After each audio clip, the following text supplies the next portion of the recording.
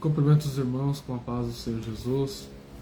Estamos hoje aqui para passar a lição número 11 da nossa revista, que tem por tema o avivamento e a missão da igreja. Mas antes de nós iniciar com este estudo, vamos estar fazendo uma breve oração. Senhor meu Deus, Senhor meu Pai, nós colocamos Jesus na sua presença para louvar e bendizer ao Senhor. Obrigado, Pai querido, por este dia, por essa oportunidade de estar ensinando e aprendendo da sua palavra. Que o Senhor cada vez mais possa falar conosco, ensinar, Senhor Jesus, da sua palavra, os seus ensinamentos, Pai. Abre, Senhor Jesus, a nossa mente, o nosso coração, e dando, Senhor, discernimento e compreendimento da sua palavra. Abençoa cada um que vai ver este vídeo, cada um que vai, Senhor Jesus, compartilhar. Em nome do Senhor Jesus, Pai, abençoa esta lição de hoje. Amém. A nossa lição tem um textuário que diz assim: E disse-lhes: Ide por todo o mundo, pregai o evangelho a toda criatura. Quem crer e for batizado será salvo, mas quem não crer será condenado. Se encontra em Marcos, capítulo 16, versículo 15 e 16. A verdade prática. Neste tempo marcado pela falta de fé, a igreja só pode cumprir a sua missão se estiver imersa no avivamento espiritual. Então nós vemos aqui que a igreja, a palavra fala que a igreja só vai poder cumprir a sua missão que foi dada por Jesus quando estiver imersa no avivamento. Nessa lição tem a lição leitura em classe, que está em Marcos, capítulo 16, versículo 14 ao 20. Finalmente apareceu aos 11, estando eles assentados juntamente, e lançou-lhes o rosto a sua incredulidade e dureza de coração, por não haverem crido nos que o tinham visto já ressuscitado. E disse-lhes: Ide por todo o mundo, pregai o evangelho a toda criatura. Quem crer e for batizado será salvo, mas quem não crer será condenado. E estes sinais seguirão aos que crerem em meu nome: expulsarão demônios, falarão novas línguas, pegarão nas serpentes, e se beberem alguma coisa mortífera, não lhes fará dano algum. Imporão as mãos sobre os enfermos e os curarão.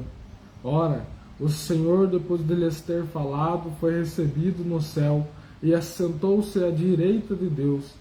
E eles, tendo partido, pregaram por todas as partes, cooperando com eles o Senhor e confirmando a palavra com os sinais que se seguiram.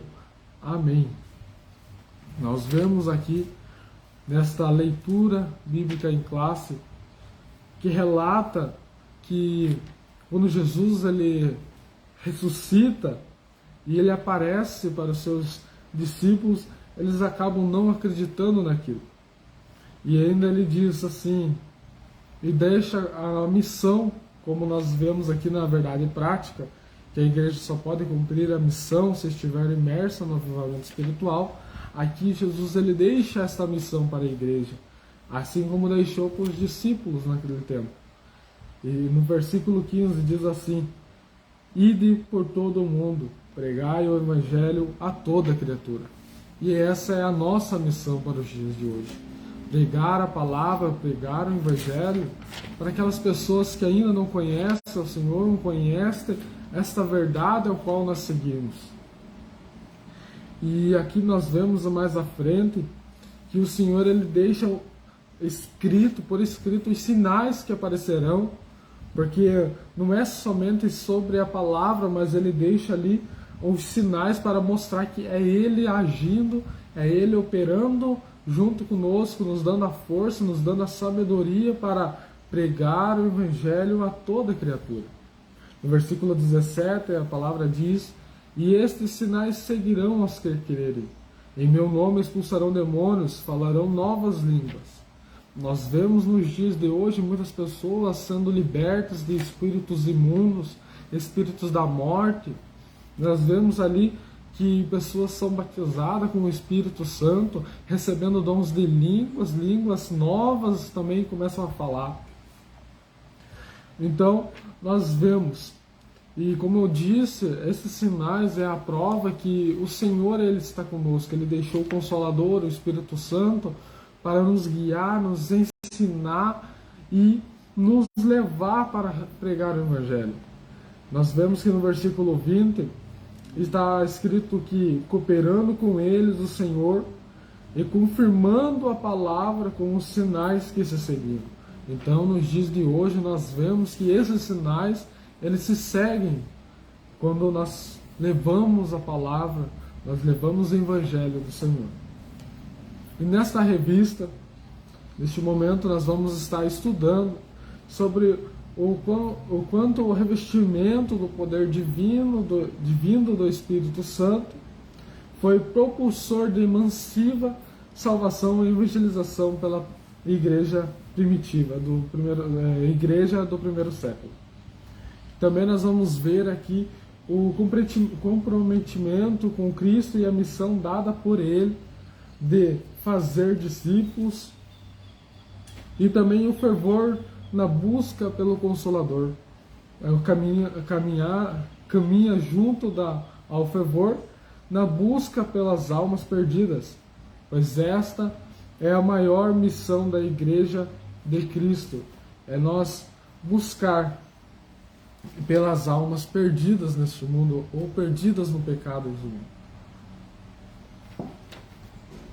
Começamos aqui no primeiro ponto, o avivamento após a ressurreição de Cristo.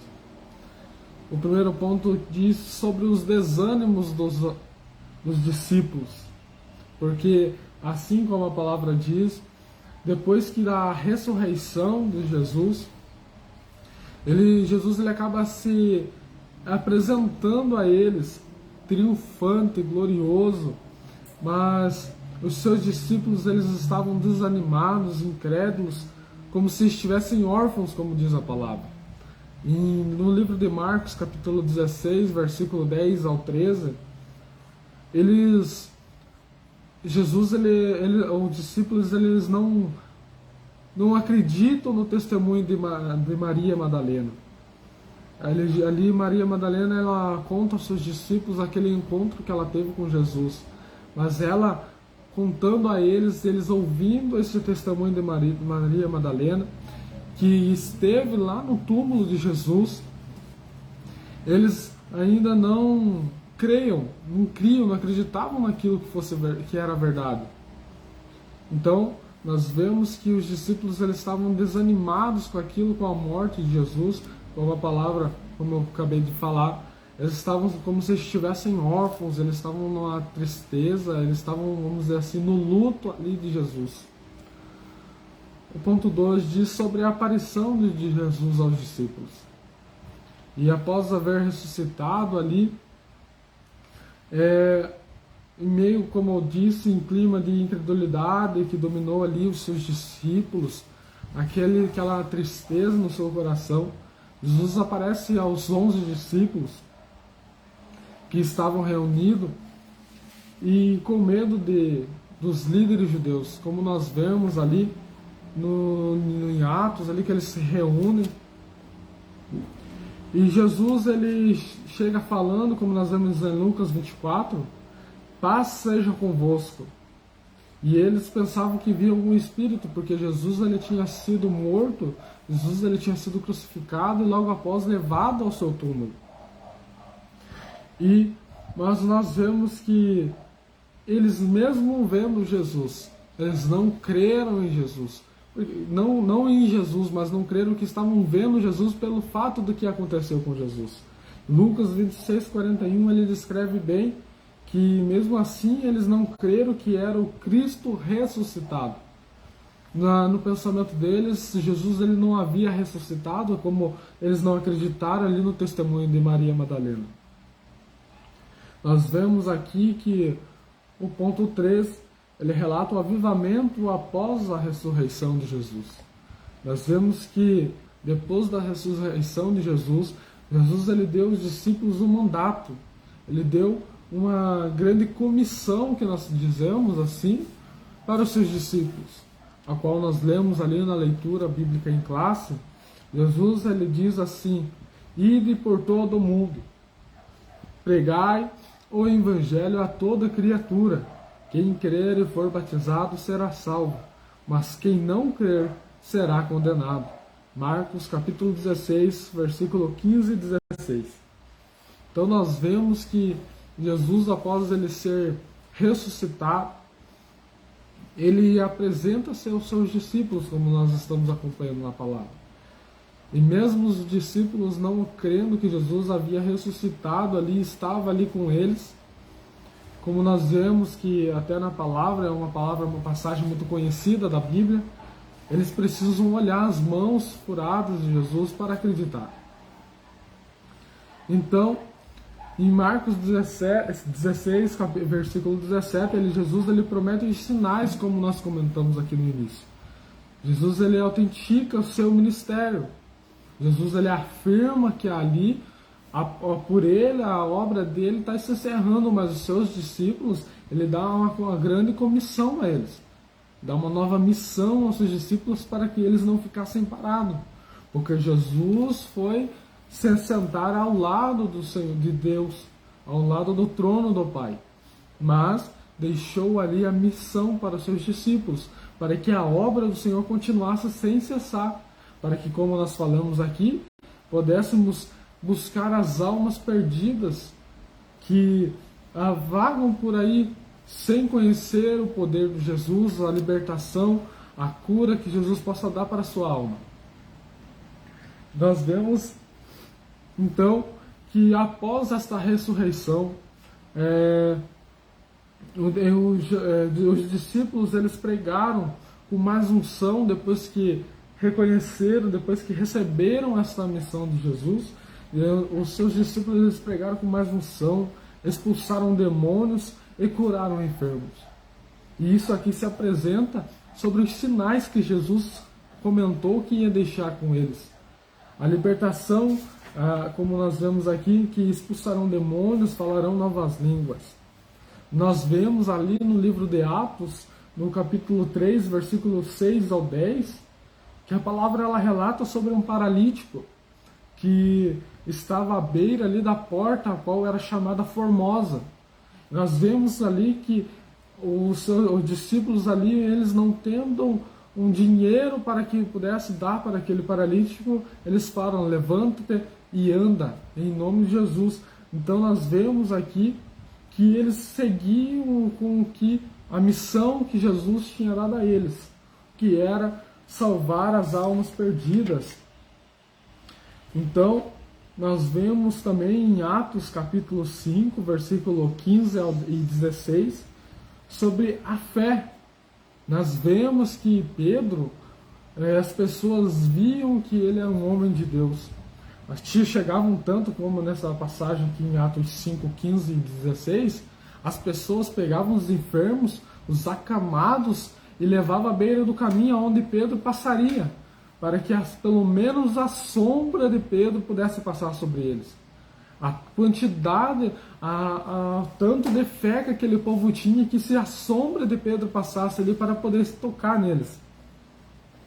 E nós vemos outro exemplo aqui, em Atos 8, versículos 7 e 8, que com a libertação, os espíritos eles saíam gritando e os coxos e mancos eram curados. Nós vemos que os sinais ao qual Jesus deixou estavam sendo realizados e ainda realizados nos tempos de hoje, nos dias de hoje. Muitas pregações, muitos cultos, nós vemos o Senhor operando de tal forma que demônios são expulsos do corpo, pessoas são libertas desses espíritos imundos que perturbam elas. Nós vemos que esses sinais ainda se realizam nesses tempos de hoje. O ponto 2 da nossa revista diz sobre o avivamento na missão da igreja local.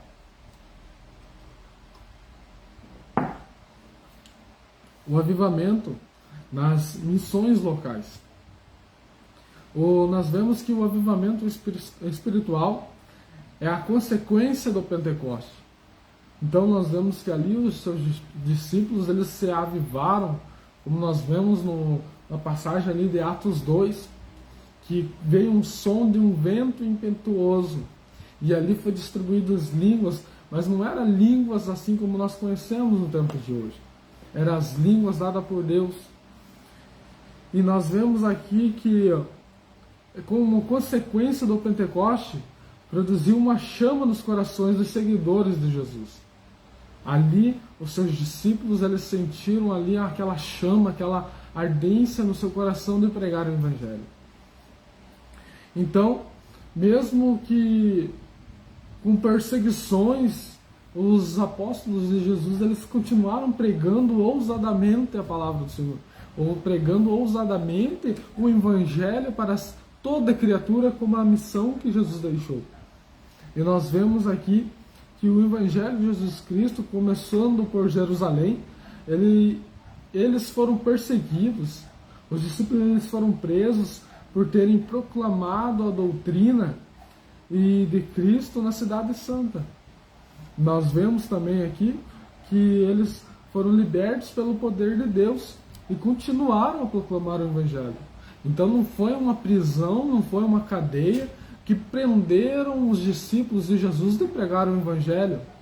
Como nós vemos ali aquela passagem de Paulo e Silas na prisão, que mesmo presos eles começam a louvar ao Senhor. E vem um terremoto que quebra as correntes e abre portas, e nós vemos que eles mesmos presos não foi o suficiente para parar o Evangelho. Nós vemos que o Evangelho ele foi proclamado mesmo sendo preso e libertos pelo poder de Deus. Nós vemos aqui que não é só pregar dentro das quatro paredes dos templos, mas realizava as evangelizações pessoais nas casas e nos bairros ali. E isso nos dias de hoje, como nós vemos muitos grupos de pessoas fazendo evangelizações, em algumas cidades é poucos, mas ainda existem pessoas que fazem evangelizações nas casas, nos bairros dessa cidade. E esta é uma igreja avivada e ela apresenta os sinais do Pentecoste, que ainda está viva na sua prática missionária. Então, nós vemos que é uma demonstração de dons, e que os dons espirituais estão ativos na vida e amor pela pregação do Evangelho de Jesus, e se faz notório, isso é apresentável para nós isso. O segundo parágrafo do ponto 2 relata sobre o avivamento na missão regionais. O que seria essas missões regionais? É aquela realizada em locais mais distantes do centro de ação inicial, como no caso, por exemplo, aqui em Carambeí. Podemos se iniciar os evangelhos, a pregação do evangelho aqui em Carambeí, mas esta missão regional seria para fora de Carambeí, seria em cidade ali, Ponta Grossa, Telemaco Borba, Castro, e vai se espalhando por longe da cidade de início, onde foi iniciado a pregação do Evangelho. Nós vemos então que mesmo depois de impactar Jerusalém com as mensagens do Evangelho, os discípulos o levaram a muitos outros lugares.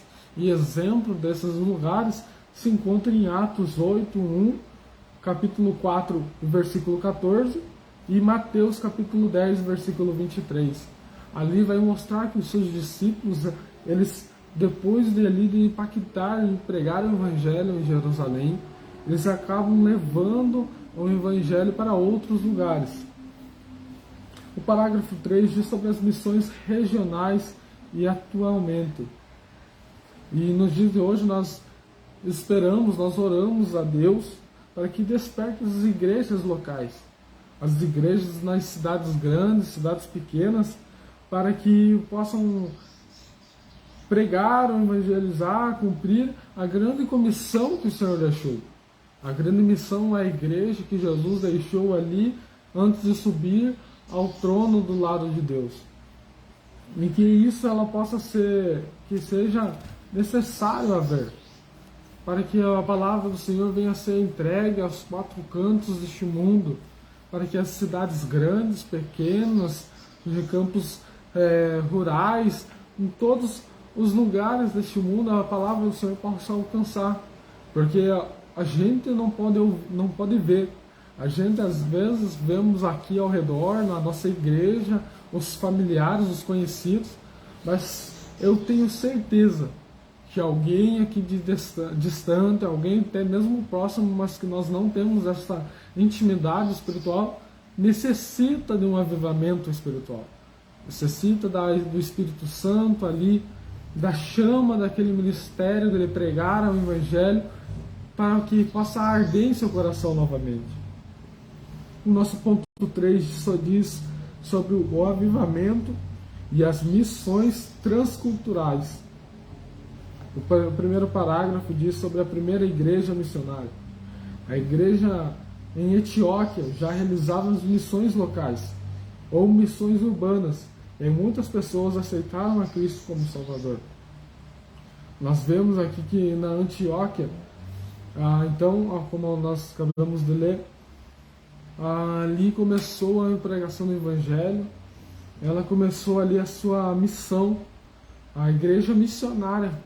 E por isso que nós temos este cargo, vamos dizer assim, este patamar na igreja de missionário, que é realizar essas missões, de levar o Evangelho.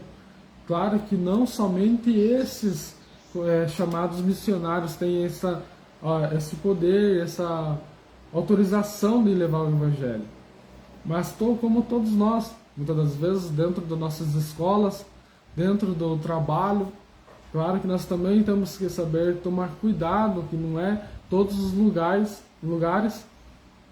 que nós podemos proclamar o nome do Senhor, mas não deixamos também de proclamar o nome do Senhor, o Evangelho, pregar o Evangelho, porque sempre vai ter alguém precisando ouvir. E nós vemos aqui que Barnabé e Saulo, eles foram os primeiros missionários enviados para as missões transculturais. Nós vemos em Atos capítulo 13, versículo 1 ao 3. Foi através de Paulo que a Europa pré-cristã se tornou um continente cristão. Então, dali, o povo, eles começaram a criar seus discípulos ali, foram começando a criar os seus apóstolos e foram pregando os evangelhos e foram criando ali esta rede missionária, aonde cada aldeia, cada lugar foi sendo pregado o evangelho do Senhor. O segundo parágrafo diz sobre a evangelização e decadência espiritual da Europa. Então, a partir da Europa, o evangelho começou a se espalhar pelo mundo, como eu acabei de dizer. E chegando à América, com os peregrinos, alcançou até a África. Então, nós vemos que muitos pastores, missionários, eles vão até a África também para levar o evangelho do Senhor. Então, foram movimentos espirituais tão extraordinários que se espalharam para outras partes.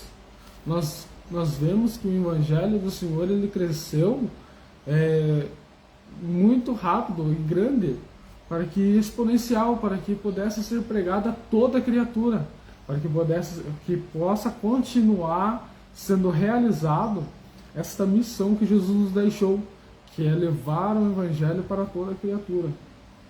E se essa carência, decadência espiritual da Europa, os crentes, eles acabaram se acomodando, deixando de buscar o avivamento espiritual, conforme diz a palavra de Deus em 2 Coríntios capítulo 7, versículo 14, que há países no velho continente que nem 5% das pessoas elas frequentam qualquer igreja. Isso acaba nos desanimando, deixando-os fracos espiritualmente.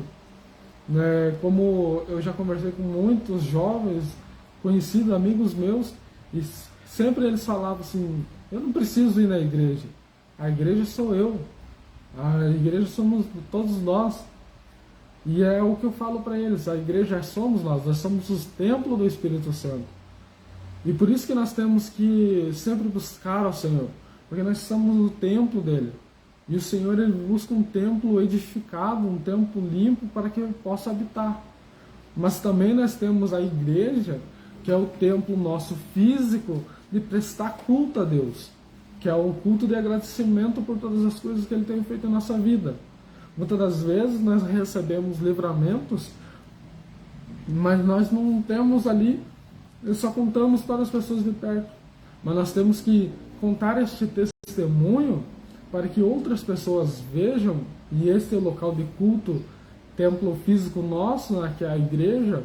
Nós temos que ir para pregar, relevar esse testemunho para que outras pessoas possam ser edificadas, que elas possam conhecer o poder de Jesus em nossa vida.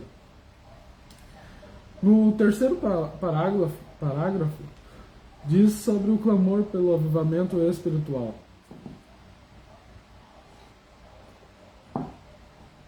As missões transculturais, elas são as atividades missionárias que cumprem a última etapa da missão da igreja, que é até os confins da terra. Atos 1:8. Então, elas se concretizam e o ide é o imperativo de Jesus, que ordenou que seus discípulos fossem por todo o mundo e pregavam o evangelho. E então, a toda criatura, que é essa missão da igreja, que independente do local, nós temos que levar o evangelho para que as pessoas possam conhecer este Jesus ao qual nós pregamos, que liberta, que salva vidas, que transforma. Nós vemos aqui que Deus, ele reavive a obra em todo o mundo, e que nós possamos fazer a oração que Abacuque fez, que se encontra lá que diz assim: ouvi, Senhor, a tua palavra e temi. Aviva, ó Senhor, a tua obra no meio dos anos. No meio dos anos a notifica. Na ira, lembra-te da misericórdia. Então nós vemos que nós temos que clamar ao Senhor. Nós temos que proclamar o nome do Senhor para que Ele continue reavivando a sua obra. Que é tão triste nós ouvir a notícia e que uma igreja acaba fechando as suas portas. E eu me alegro quando eu ouço que uma igreja abriu uma porta. Muitos pastores, eles acabam criando uma certa desconfiança, mas é tão melhor uma porta aberta para a salvação do que uma porta aberta para a perdição de muitas pessoas. Então é isso que é nosso dever, a nossa missão, essa grande comissão que Jesus deixou. É pregar o evangelho para toda a criatura e não fazer separação de evangelho para cada criatura. Então, que nós oremos como o Abacuque fez, orar ao Senhor para que Ele continue reavivando a sua obra em nosso meio, para que nós possamos ser transformados, nós possamos ser salvos, nós possamos ser libertos de espíritos imundos, nós possamos ser o diferencial no meio das outras pessoas. Que nós podemos se capacitar para poder pregar este evangelho, para que nós possamos sair para outras cidades, outras regiões, como nós acabamos de falar aqui, para levar o evangelho de Jesus. E então, para concluirmos essa lição, o cristão avivado, ele tem que demonstrar o compromisso com Deus, com Cristo e com a missão da igreja. Tem que ter o amor pela obra, tem que ter cooperar com a evangelização, como eu disse, local, regional e transcultural em várias igrejas cristãs.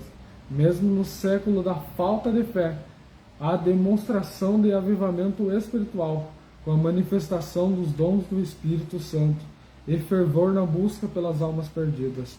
É esta a missão maior da Igreja do Senhor Jesus Cristo. Aqui nós concluímos esta lição, irmãos.